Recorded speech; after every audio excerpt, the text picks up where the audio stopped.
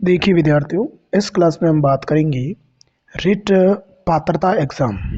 Writ पात्रता exam 2022 का ये पेपर है और 2022 के पेपर में आज हम इसमें बात करेंगे कि जो भाषा है, फर्स्ट लैंग्वेज है, वो हिंदी के रूप में बात करेंगे। भाषा फर्स्ट हिंदी लैंग्वेज मतलब फर्स्ट लैंग्वेज है वो कौन सी है? हिंदी है। और इस खंड में कुल कितने प्रश्न होंगे? 30 प्रश्न होंगे। सभी प्रश्न हल करने क्या है? अनिवार्य, कंपलसरी होते हैं।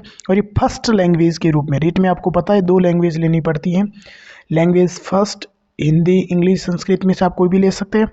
और L2 लैंग्वेज 2 में इन तीनों को छोड़कर, जैसे आपने यहाँ हिंदी लिए थे या दोस्त, ये दोनों में से लेनी पड़ेगी। आपने इंग्लिश लिए थे, इन दोनों में से लेनी पड़ेगी, तो ये वो आप ले सकते हैं। तो आज हम बात करेंगे लैंग्वेज फर्स्ट हिंदी के रूप में। लैंग्वेज फर्स्ट हिंदी के रूप में बात करेंगे। जैसे पहला प्रश्न देखो, शुरुआत करते हैं पहला प्रश्न की। 31वां प्रश्न, क्योंकि 1 से 30 तक प्रश्न साइकोलॉजी का आता है और अब 31वें प्रश्न से शुरुआत होती है विद्यार्थियों। तो 31वां प्रश्न क्या है? देखो 31वां प्रश्न यहाँ पे है, मैं इसको लेता हूँ, यहाँ पे कलर चेंज कर लेते हैं अपन। 31वां प्रश्न है, किंडरगार्टन शिक्षण विधि के संबंध में सत्य कथन है। किंडरगार्टन विधि के संबंध में सत्य कथन है। यह एक मनोवैज्ञानिक प्रणाली है। यह एक मनोवैज्ञानिक प्रणाली है। गलत, क्योंकि किंडरगार्टन एक मनोवैज्ञानिक प्रणाली है। ये उच्च माध्यमिक स्तर के विद्यार्थियों के लिए अधिक उपयोगी है। नहीं सर, ये प्राथमिक विद्यार्थियों के लिए, उच्च प्राथमिक विद्यालयों के उपयोगी, ये भी गलत हो जाएगा। कुक महोदय ने इस विधि को निश्चित रूप से रूप प्रदान किया। गलत, कुक महोदय ने इसका नहीं किया। भाषा के व्याकरण साहित्य की शिक्षा इस विधि से नहीं दी जा सकती। ये बिल्कुल राइट है। भाषा का व्याकरण, ये बिल्कुल राइट है कि जो भाषा का व्याकरण है, व्याकरण का ज्ञान और साहित्य की शिक्षा इस विधि से नहीं दी जा सकती। तो यह कथन क्या हो जाएगा विद्यार्थियों? सही हो जाएगा। तो इस प्रश्न का जो आंसर हो जाएगा वो D answer is a correct answer. It's okay. बात करते हैं नेक्स्ट क्वेश्चन की। नेक्स्ट क्वेश्चन देखो, नेक्स्ट क्वेश्चन नंबर 32। ये क्या है? देखो ये दे रखा है, बेसिक शिक्षा प्रणाली में भाषा की शिक्षा निम्नलिखित में से किस माध्यम से दी जा सकती है? बेसिक शिक्षा प्रणाली होती है भाषा की जो शिक्षा दे, केवल किताबी ज्ञान से, हमेशा केवल वाला प्रश्न तो रॉन्ग ही होगा मेथड। और प्रगति सूचक लेखा क्षेत्र से, या सामाजिक पर्यावरण से, या इनमें से कोई नहीं।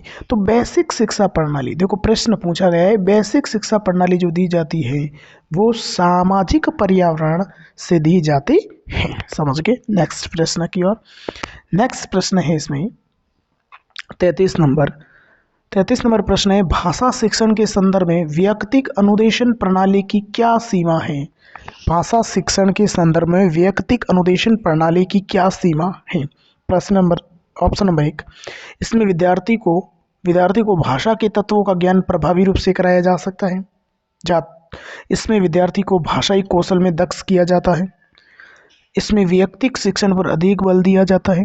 यह शिक्षण प्रणाली अधिक विद्यार्थियों वाली बड़ी कक्षा में अध्यापन के लिए उपयोगी नहीं है।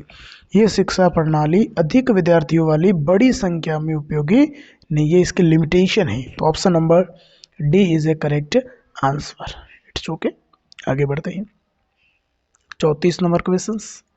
देखो 34 नंबर क्वेश्चंस क्या है, इनमें से कौन सा परिवीक्षित अध्ययन उपागम का सोपान नहीं है? मतलब जो ऑप्शन दे रखे हैं इनमें से कौन सा है जो परिवीक्षित सोपान नहीं है? अध्ययन कार्य का आवंटन, अध्ययन हेतु आदेश, विद्यार्थी द्वारा स्वाध्याय एवं शिक्षक द्वारा मार्गदर्शन, कलात्मक परियोजना। तो इनमें से कौन सा जो ऑप्शन है वो नहीं हो जाएगा? तो इसका ऑप्शन हो जाएगा D is a correct answer हो जाएगा। D is a correct answer. It's okay. ये देखो D is a correct answer है। नेक्स्ट आगे बढ़ते हैं। प्रश्न नंबर 35 में क्या दे रखा है इसको समझो। सर्वप्रथम सरल समान आकृति के वर्णों को लिखना प्रारंभ कराए उल्लेखित बात किस स्तर के विद्यार्थियों हेतु कही गई है? कौन से विद्यार्थी हेतु है कि सर्वप्रथम सरल तथा आसान समान आकृति के वर्णों को लिखवाना प्रारंभ करें? तो यह प्राथमिक स्तर के लिए, माध्यमिक स्तर के लिए, उच्च माध्यमिक स्तर के लिए, उच्च माध्यमिक स्तर के लिए। ये हो जाएगी विद्यार्थियों option number A is a correct answer. प्राथमिक स्तर के विद्यार्थियों के लिए। कौन से स्तर के विद्यार्थियों के लिए? प्राथमिक स्तर के विद्यार्थियों के लिए। तो option number A is a correct, option number A is a correct answer. Next आगे बढ़ते हैं। 36 क्वेश्चन नंबर 36। क्वेश्चन 36 में क्या दे रखा देखो, भाषा ही कौशलों से में से अभिव्यक्ति कौशल है। अभिव्यक्ति कौशल कौन सा है? सुनना बोलना, लिखना पढ़ना, पढ़ना लिखना, सॉरी पढ़ना बोलना या बोलना लिखना। तो इसमें से कौन सा जो कौशल है वो कौन सा है? कौन सा जो कौशल है वो अभिव्यक्ति कौशल से संबंधित है? तो इसका ऑप्शन हो जाएगा C, option number C is a correct answer. Next आगे बढ़ते हैं। 37वां क्वेश्चन, अनुलेख किस भाषा कौशल से संबंधित है? जो अनुलेख होता है वो किस भाषा संबंधित होता है कौशल से? श्रवण से, भाषण से, वादन से, लेखन से।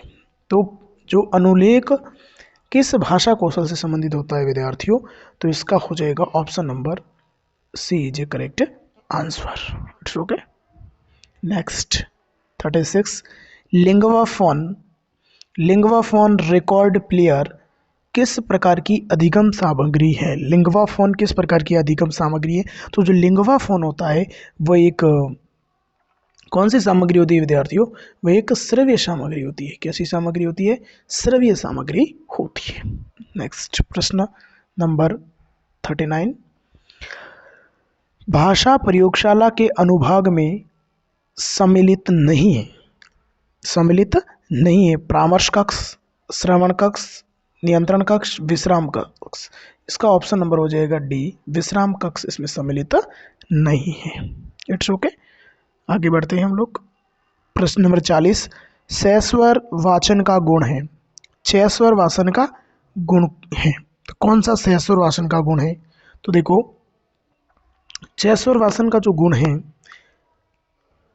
अस्पष्ट उच्चारण, क्षिप्रता, उचित ध्वनि निर्गम या अस्वाभाविकता। तो इसका जो ऑप्शन नंबर हो जाएगा वो C option is a correct answer हो जाएगा। 41 प्रश्न देखो, मौखिक मूल्यांकन के संबंध में उपयुक्त कथन है।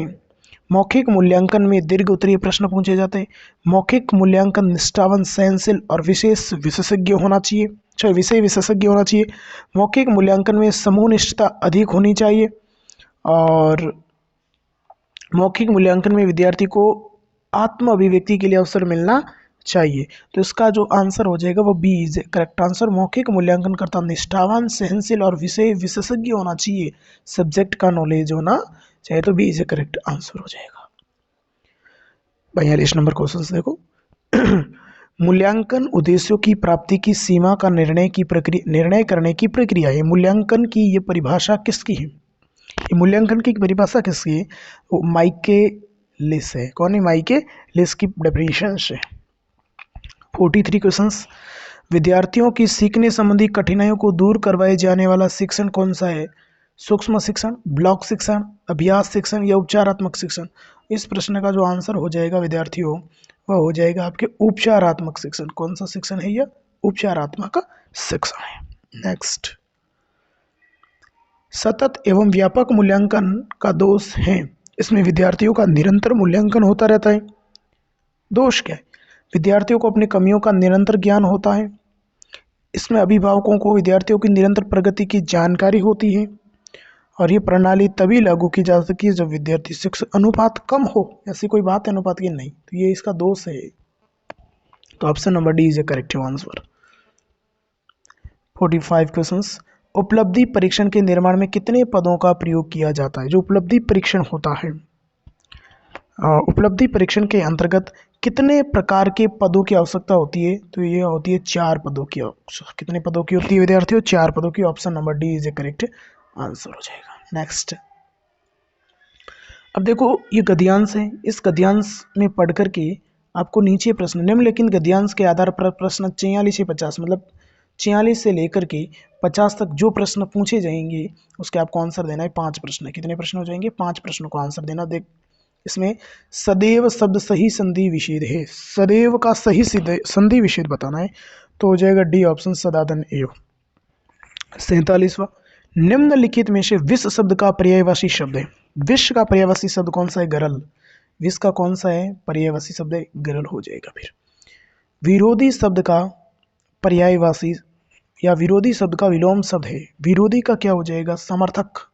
Option number D is a correct answer हो जाएगा। गद्यांश में प्रयुक्त मनोदशा शब्द से आशय है, मनोदशा मतलब मन की दशा, मनोदशा हो जाएगी फिर मन की दशा। Option number C is a correct answer.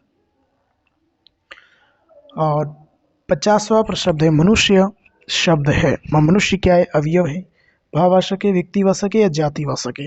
तो इस प्रश्न का जो आंसर हो जाएगा वो option number C is a correct answer, जातिवाचक संज्ञा है। समझ गए?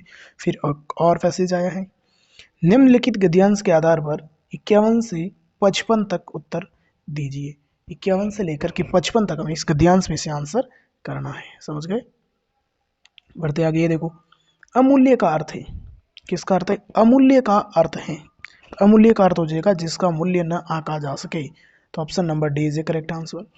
निधिया शब्द एक वचन है, सॉरी निधिया शब्द का एक वचन होगा तो होगा निधि, छोटी निधि होगी।